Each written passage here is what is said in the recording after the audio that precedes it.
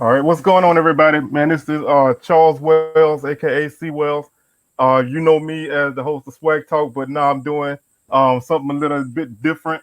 I'm coming at you with DJ. We're gonna do a little thing called All the Smoke. We wanna kind of talk about a little bit of SWAC football and just come at it in a more a different kind of way. So I'm gonna let DJ take the floor and kind of tell you who he is and what he bringing to the table over here with y'all all this smoke. All right, I'm DJ here from Pine Bluff, Arkansas, home of the University of Arkansas at Pine Bluff, the Pride. So basically, what I want to come up with is something to highlight HBCU football. Growing up in a town where that was life. Growing up as a kid, so I mean it's just something embedded in me, something I've been wanting to do for a long time, and I feel like the time is now. It's more than it ever has been. So as far as the name, of course, HBCUs, we get slighted. People don't respect us. So, I feel like we can compete on and off the field with the rest of society. People who think we can't, bring all the smoke. We want it all. That's basically where I'm coming from with that. That's right. That's right. And we definitely specialize in bringing smoke. We not afraid of nobody. I always feel like when you make it through a HBCU, you can make it anywhere. Jaguar, born and bred. Well, my dad went to Valley, but my family is all Southern other than him. So I've been in this my whole life. That's all I know. Traveling the games and everything. I was at the game when y'all beat us this year. Oh man, that hurt. So we're gonna get y'all back though. In October when we come up there, I might have to make that trip. Now I'm gonna see if I can make that trip up there because I need some revenge on that. But Pine Bluff had a good year this year, man. I really was surprised how well the boys played, but I think they're putting together something good up there. Oh, yeah. It was a surprise, to be honest with you. I follow Southern a lot because Ladarius Skelton, the starting quarterback, is a product of Pine Bluff, and I watched him all the way through high school. So it was kind of like one of those bittersweet things because I like to see him succeed as well, and I root for him tough. So, but yeah, UAPB has definitely turned it around. Yeah, I don't know if you paid attention, but media day was Tuesday, and Right. they picked Pine Bluff fifth in the division. I thought they did Pine Bluff kind of dirty. They had I think the most of the second most guys on all conference, and they picked them fifth place in the division. That don't make no sense at all. I can't see that happening. I know that's not gonna happen, but that's one of the teams that I really like to keep a tab on them. We don't have like a rivalry, so it's like I can watch y'all play, and as long as y'all don't beat us, I'm good. But other than that, I like to see teams come up. The more teams that are good in the SWAC, the better. So I welcome everybody coming up and making some things happen. Oh, yeah. So, what do you think? What do you think about the hire at Southern, the interim coach? I think I'm I'm I'm I'm happy that they kept it in house. That's one of the things that I kind of was pushing for because this is a team that has I think like 47 guys experience. So somebody to come in and keep the ship going. Right. Somebody who's already on the staff, somebody who knows the expectations. But at the same time, they had names floating around like Marshall Falk, and you can't deny Yeah. a big name if they want to come into your program. But I'm happy right now. But at Southern, you got to show and prove. So this season is going to be a good test for him, and it's going to be interesting to see if he make it all the way through and get that interim tag taken off because Southern is a tough place to coach, and we don't really tread lightly on people that got too successful. So I think he's gonna do a good job, but I'm kind of in that wait and see mode. I hate to see Dawson Odoms leave, man. To be honest with you, I know, like Oh yeah, traveling to Southern games, if fans some they were on them tough, like sitting in the bleachers with him. Some of them didn't like him, but I mean, I think he had a lot of success there.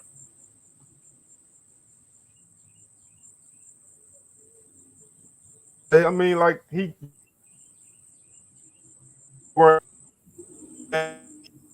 he yeah, I was the situation, and like you said, a lot of people wasn't really on board with him, mainly because we really struggled against Alcorn.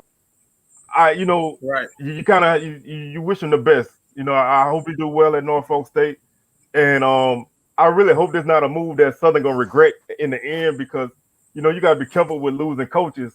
You lose a coach, you bring in a new coach. There's no guarantee that he's gonna continue to win. So you don't want to get into that cycle of changing coaches every so often. So hopefully, they can keep things going because he kept his program running and had the guys believing in what he wanted to do. So we're gonna just have to keep an eye on it and wish him the best of luck at Norfolk State.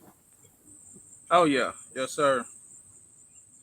So with that being said, what do you think about the hire at Jackson State?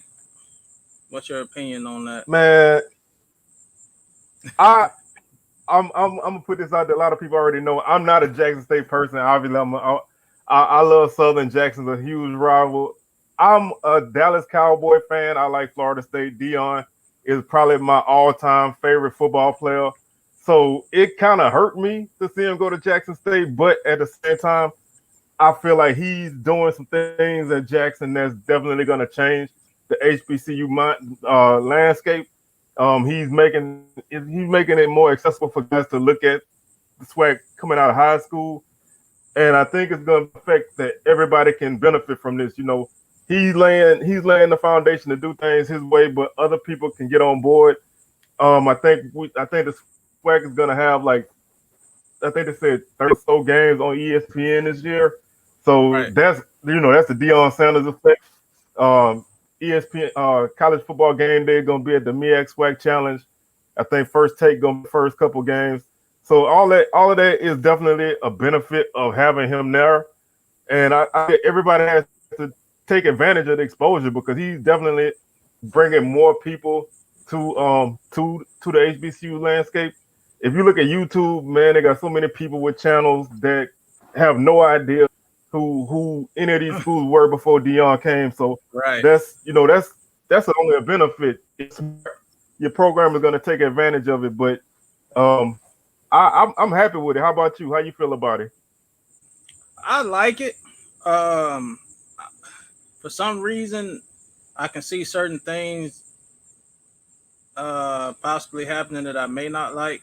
Like I don't like the teams that are leaving the HBCU conferences, going to PWI conferences. But I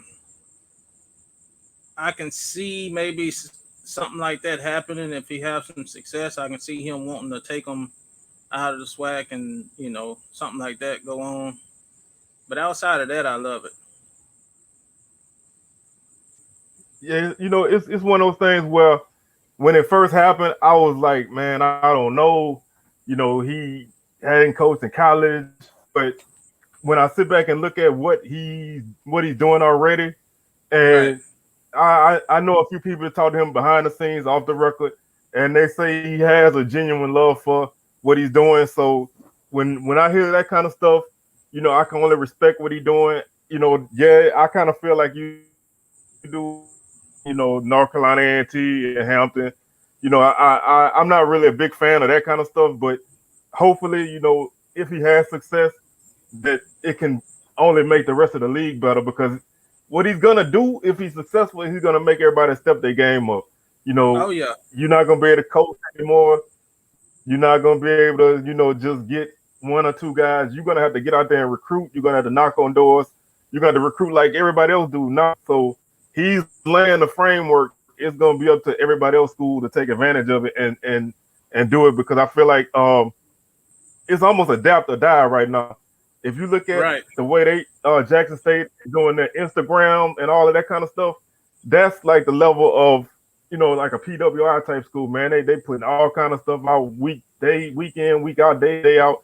The kids like that. That's the kind of stuff that these young like. So you have to, do what's gonna endear you to them. So I think the SWAC is in a good position this year.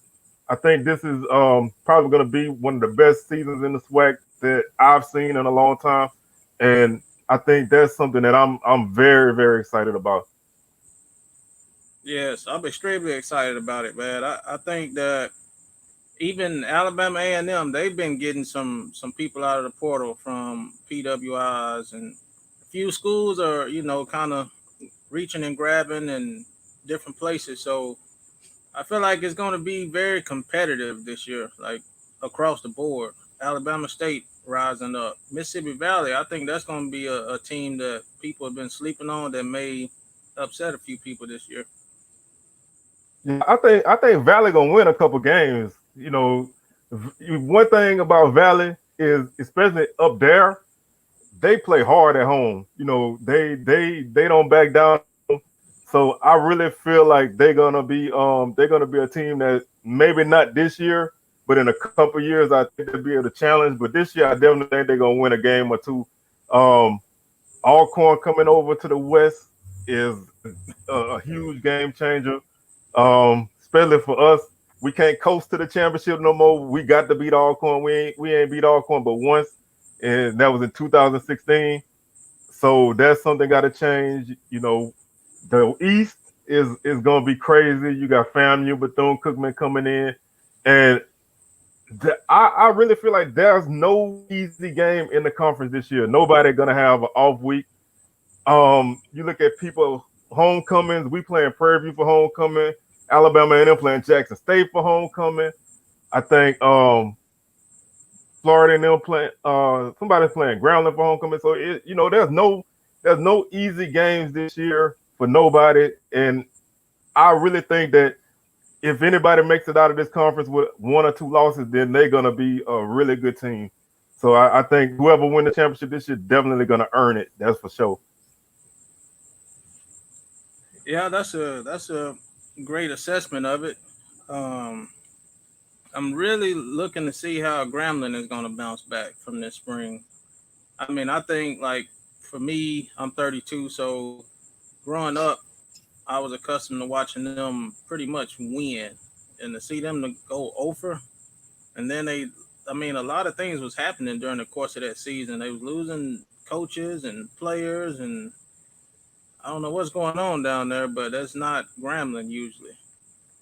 Oh yeah, that's one thing that really stuck out to me in the spring. Like you said, Grambling losing the quarterback to the portal, coaches leaving, and I'm 45, so I was around when Grambling was winning almost every year in the SWAC. We lost many Bayou Classics to them, and I'm used to Grambling being a big dog, even as 2 or 3 years before Grambling was winning SWAC, going to Celebration Bowl. So I feel like they're gonna bounce back because you just can't never count Grambling out. But I just don't know how good they're gonna be because I think they lost some pieces. I think they have to re-identify who they are and get back to playing Grambling football because that spring team that was not Grambling football at all, not by a long No, shot. no, it wasn't at all, man. I really hate to see them like that, but I like seeing the other schools, rising up too, like your valleys. I like to see Valley competitive because for so long, for the last I don't know how many years, Pine Bluff and Valley was battling for last place. So it's kind of Oh good to yeah, see I, I, those I two remember that. schools.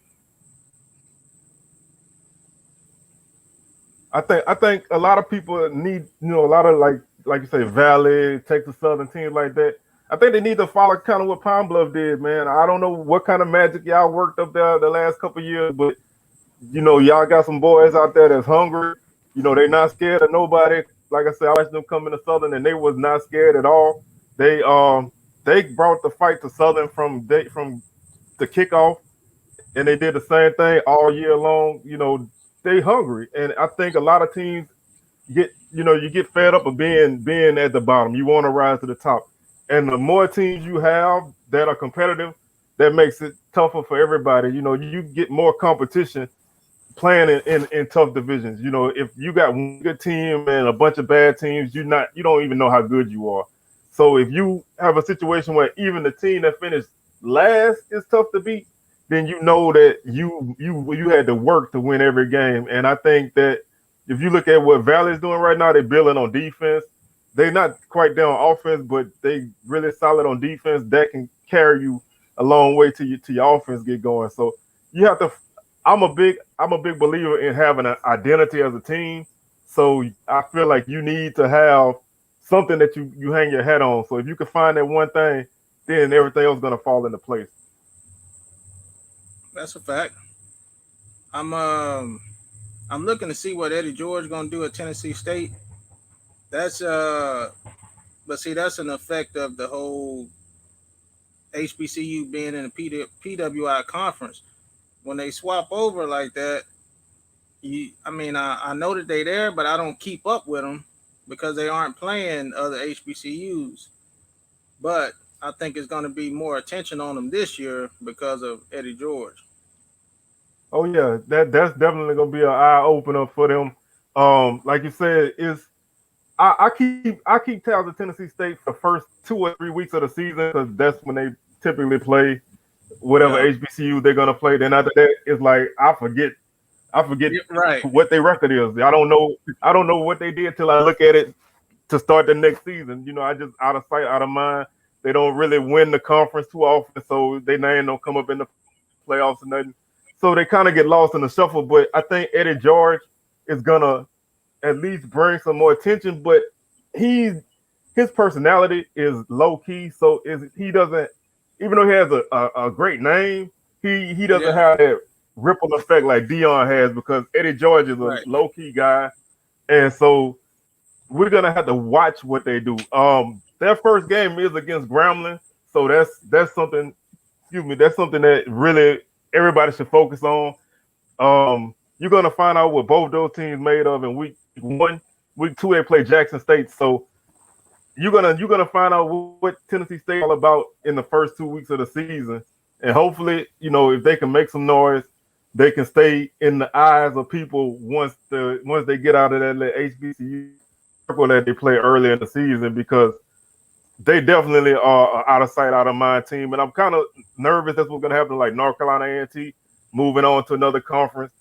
When you not in the circle no more, it's really hard to keep up with you. Yeah, so that goes to another conversation about revenue and ticket sales and things like that. I personally feel like when you exit, like we're known for the bands, tailgating, the whole atmosphere. HBCU football game is an experience in itself, right? So when you take them out of that, like my mom, she's not going to a UAPB game to necessarily watch the football game. She's gonna cheer them on, but halftime, she's looking to see who's battling. You know what I mean? But if they were Oh yeah. playing PWIs every week, she's not going. She don't want to see them play such and such and such and such because their bands are not gonna, So I think that initially those schools look for a payout right then, but over time I think they lose money, they lose fans, like especially on the road and stuff like that. Hampton, North Carolina A&T. I hadn't heard of Hampton since they left. Nobody's even Oh said yeah. anything They about they Hampton. they haven't done anything. I only kept up with them.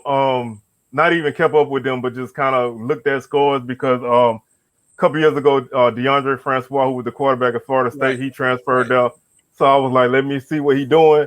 They didn't really win that much, so I couldn't tell you how many games they won. But one of the things, like you said, when you play a PWI, and this is something I've been trying to talk to people who aren't from the HBCU world, but are here now because of Dion and everything. Those schools don't come to your school. They don't travel. They're not coming to Baton Rouge. They're not coming to Pine Bluff. They're not going to Lorman, Grambling. they're gonna have a few fans come because everybody got somebody to travel, but they're not gonna bring big crowds with them, and the community is not gonna come out to see them because they don't care about those schools. So when we Right. play like a McNeese or Northwestern State, you're not gonna get the same kind of crowd because, like you said, they're not bringing a band with them. If they do, nobody's feeling that, No. and people just don't want to see it. But when we go play them, we pack out their stadium because Right. they fans coming to see the band and our fans coming to see the band. So if you had to do that 6 or 7 times in the conference, I think your numbers are gonna go down because you're not gonna have that same effect. Even if you're not a rival with somebody, when you play in an HBCU school, it's a connection now. People Hmm. know every name in your conference, whether they seen them or not. 9 times out of 10, or 8 times out of 10, because sometimes Southern be trifling. They bring their band with them. Southern don't always bring their band everywhere they go. I know they Right. don't really go to Pine Bluff that much, but when they do, it's an affair. Everybody comes to Southern. I can't even think the last time somebody didn't bring their band to Southern. But like you said, my wife, she watched the game, but halftime is her attention. So when she Right. come in the stadium, then she know that she got two bands to pay attention to, and probably something to keep me quiet till the third quarter start. But that's something that people that's not around this world, they don't understand. So it's almost it's an education, and I to a fault I love to tell people a lot about what this world entails. So that's one of the reasons why I wanted to do this with you is because yeah, I'm doing my own thing, but I think it's vital for people to see more than me, a few other guys who are HBCU guys do this because this is a lane that's wide open and it's full of people who want to know more, but they don't have that background. So you can you come they coming at it from a different perspective, which I appreciate. But when you're an HBCU person, you know what it's all about. You don't have to be educated from the start. And sometimes it's hard to tell people that if they're not in it.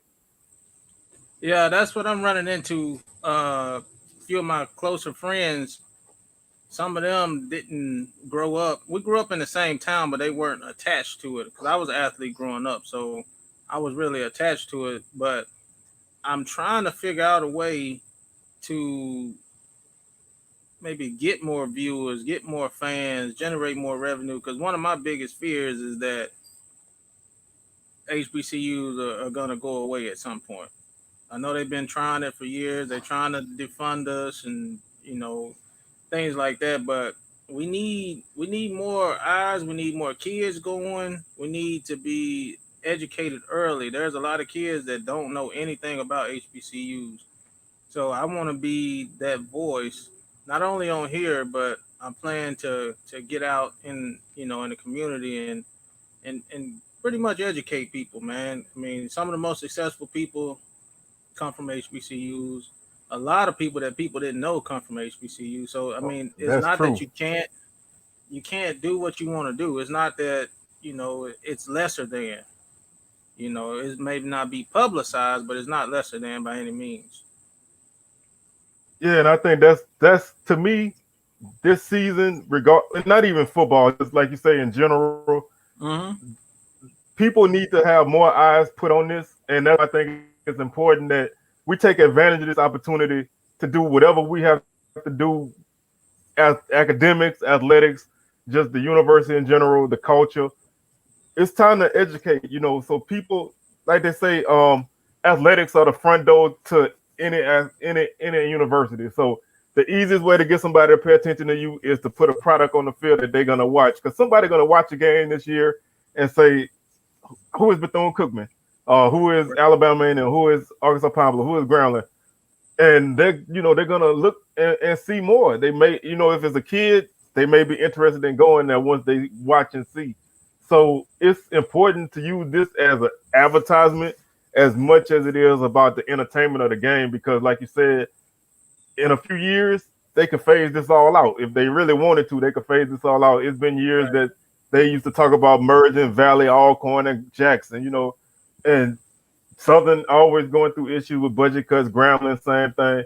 So you have to kind of keep tabs on what's going on, and hopefully people are paying attention now. My biggest fear is that this is like a wave. Everybody's on it now because it's new. Everybody coming from outside because of Deion and Eddie George and everything. I want everybody to stay. I want everybody to put money and spend money on these schools. Even if you buy a ticket to a game, donate a couple of dollars to a school. Just something like that, because every little bit goes a long way in our schools. You donate $100 to Alabama, that's a drop in the bucket. You donate $100 to Southern, that goes a long way, because I hate to say it, but we all need it. So it is really important that everybody respects what they're watching and pay attention and learn more about what it is and what it's all about. Right. And alumni.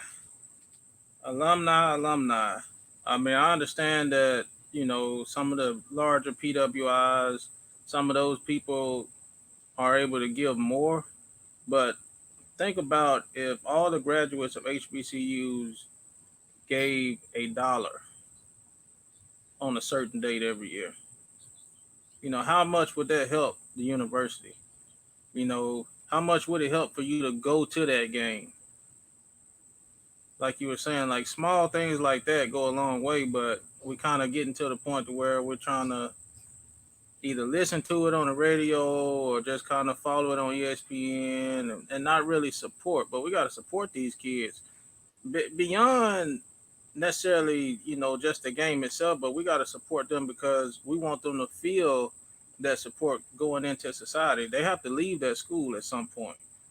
So they need to look up in the stands and see people that look like them, rooting them on and supporting them. That's big. The dancers, the band, the football players, and even people that work at the stadium, that's jobs. We need to put money in their pocket. You see what I'm saying? So we need to learn Oh to yeah. help these schools and help these people grow in every which way we can. Yeah, you speaking big facts right now, and I like this because we kind of on a similar wavelength with a lot of things, but it's very important that we do what we have to do. Like you said, even if it's $1, like you say, going to the game, whatever you can do is Right. much better than not doing anything. Right. If you don't put anything in, then you really can't say anything, and that's Right. one of the issues I'm having right now with people on YouTube is, like I said, it's almost like a battle between the HBCU people and the people that aren't HBCU. They don't understand the culture, so they want to diminish the bands. They want to diminish all that pregame tailgating and all that stuff. All that goes together. I'm from Louisiana. Football is like a gumbo. Sports is a gumbo. You put it all in the pot and you stir it up, and it all goes together. You can't have one without the other. So you need to support, like you say, the band, the general students, the community, and as a whole. It's just really important that we take care of that, and that's something that I'm always stand up for, because it's important. And like you say, us alumni, we have to do it too. We can't just say other people need to do it and then we not doing it. So I really suggest that people, if they haven't done so already, you join your alumni associations, and you just, if you can join a booster club or something with your school, you do that, or whatever. A lot of schools, season tickets are mad cheap. Some schools season tickets start at like $60. So that, I mean, I know everybody's financial status is different. I'm not gonna say, everybody can do what everybody else can do, but whatever you can do is it's important to do it, because we really need to make about more than just sports. Because like you said, after a certain time, everybody's gonna move on, and you want to have these kids prepared for life after football as well. So that's, to me, that's the most important thing about black college football, is to prepare these guys to be men on and off the field. So we have a different atmosphere and a different culture, and it's important that we really promote it, because you can get lost in the shuffle if everybody else is doing one thing and you trying to do what they do. Sometimes you got to march your own way, and that's what we doing. So hopefully we can keep this going, and keep building from here. I think this is a start of something good. If, like you said, everybody can do it, everybody else can do. But whatever you can do is important. It's important to do it, because we really promote it. Because you can get lost in the shuffle if everybody else is doing one thing and you trying to do what they do. Sometimes you got to march your own way, and that's what we doing. So hopefully we can keep this going, and keep building from here. I think this is a start of something good. people can keep going that way. Yeah, to make a quick case in point, I'm no longer in Arkansas. I live in Pensacola, Florida now. So I'm 2 hours from Alabama State, under 3 from FAMU. I'm about 3 from Baton Rouge, and 4 hours from Jackson State. I've been to more Jackson State games than I ever been to. I actually had spring season tickets to Alabama State. I didn't go there or anything like that, but I support the culture, I support the game, I support HBCUs in general. So no matter what, I'm gonna show up. I'm gonna buy some merch. I'm gonna support these schools and these students. It's just that's in me to do it. You know what I mean? And I feel like we all could pitch in, like you said, but they're just kind of making a case in point there. Oh, and I'm the same way. I'm back in Baton Rouge now, but I used to live in Tampa for like 10 years, and Hmm. I made it a point to go to like the SWAC Challenge in Orlando or the Oh Florida yeah. Classic in Orlando. I drove 10 hours to come back to Baton Rouge for games. I catch a Grambling game or a FAMU game somewhere. It's important, like you said, regardless of if that's your team or not, show up and have a good and buy merch.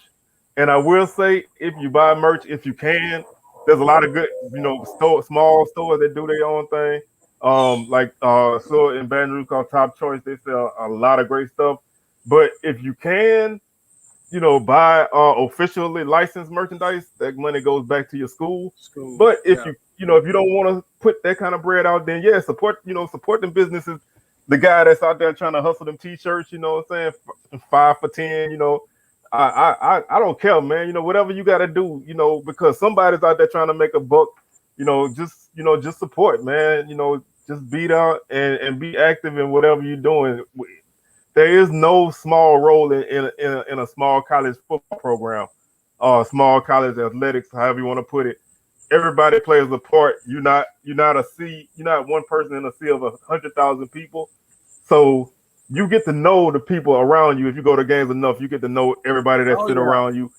Yep. And you watch kids grow up. You get to know them. If you come, if you go to a game with somebody all the time and they don't show up the next game, somebody, hey, where's such and such at, and tailgating and all of that. So it's definitely a family affair. And I hope that if anybody's watching out here that hasn't been to a game yet, you catch a game because you will be happy, you will have a good time, and whether the game is good or not, something's gonna be going on to keep your attention. So I really advise people to go to a game if they can. Yes, sir. I'll be. I'm actually looking at the schedule now and trying to plan my weekends. The games that I'm gonna have to watch on TV, games I'm gonna be able to go to. I'm already planning that out. Oh yeah, that's my thing. I get the schedule.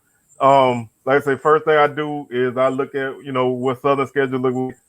I'm a season ticket holder, so those games already blocked off. And then I try to find the road games that I'm gonna go to. Typically, Jackson. That's one that I always like to go to. Oh yeah. Alcorn, or somewhere like that. And if I can catch a game of somebody else that's playing, then that's gonna be a good thing too. So is I that when it gets to this time of year, I'm already planned out with where I'm going and what I'm doing, and it's just a matter of waiting for the time to get here. So I don't miss that. I traveled behind Southern since I was little, man. We went to pretty much every game, home and away, and that's the way that I like to do it. My Saturday is for football. Don't ask me to work around the house. I don't do too much work for my job on Saturdays. Saturdays is for football, and this is gonna be a good year, man. Like I said, they have a bunch of Saturday games. I think they announced 3 Thursday night games on ESPN this year. So if you want to watch SWAC football, this is the year. It's gonna be a lot of good games on TV, and it's a lot of good games on the schedule. I keep saying it over and over, but I'm really really hyped up for this season. Well, I guess we can wrap this one up. next episode, I want to get into some of your favorite past Southern players, past SWAC players, people that really captivated your eye growing up, and then we'll see what you got to say about that. Oh, that sounds good. And like I say, same thing from you. Oh yeah, There's a lot of good guys out there that played. My list is long, so you might have to kind of sit back and relax a little bit once I get, because I play pretty much from every team.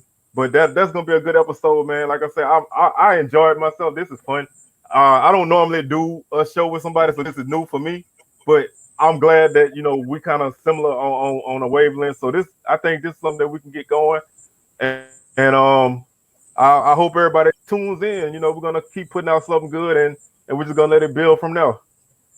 oh yeah. So next episode, we're gonna start from the bottom, I guess. The reason I wanted to do that, give everybody a little backstory, a little history on the SWAC. Some of the players that can come out of the SWAC. I mean, a lot of people that Hall of Famers and the people that are great, where they come from, the SWAC. But a lot of people don't know that. So next week we're gonna educate some people. Oh yeah, that's it, man. Y'all bring y'all notebooks and pens because we about to put class in session, y'all. This is something that you're gonna get something from this show that you don't get from no other show. I'm putting it out there now, like the title say, man. We bringing all the smoke to everybody. We not leaving no stone unturned. We just gonna have a good time, and we just gonna chop it up and just do this in a nice fashion, and we're gonna have a good time, and we're gonna week in week out we're gonna bring it. So with that being said, I'm C Wells. I'm gonna sign out. DJ, you got anything to say before we get up out of here? Come prepared next week. That's all I can say. That's it. So with that being said, we're gonna get on up out of here. Y'all have a good day. Peace.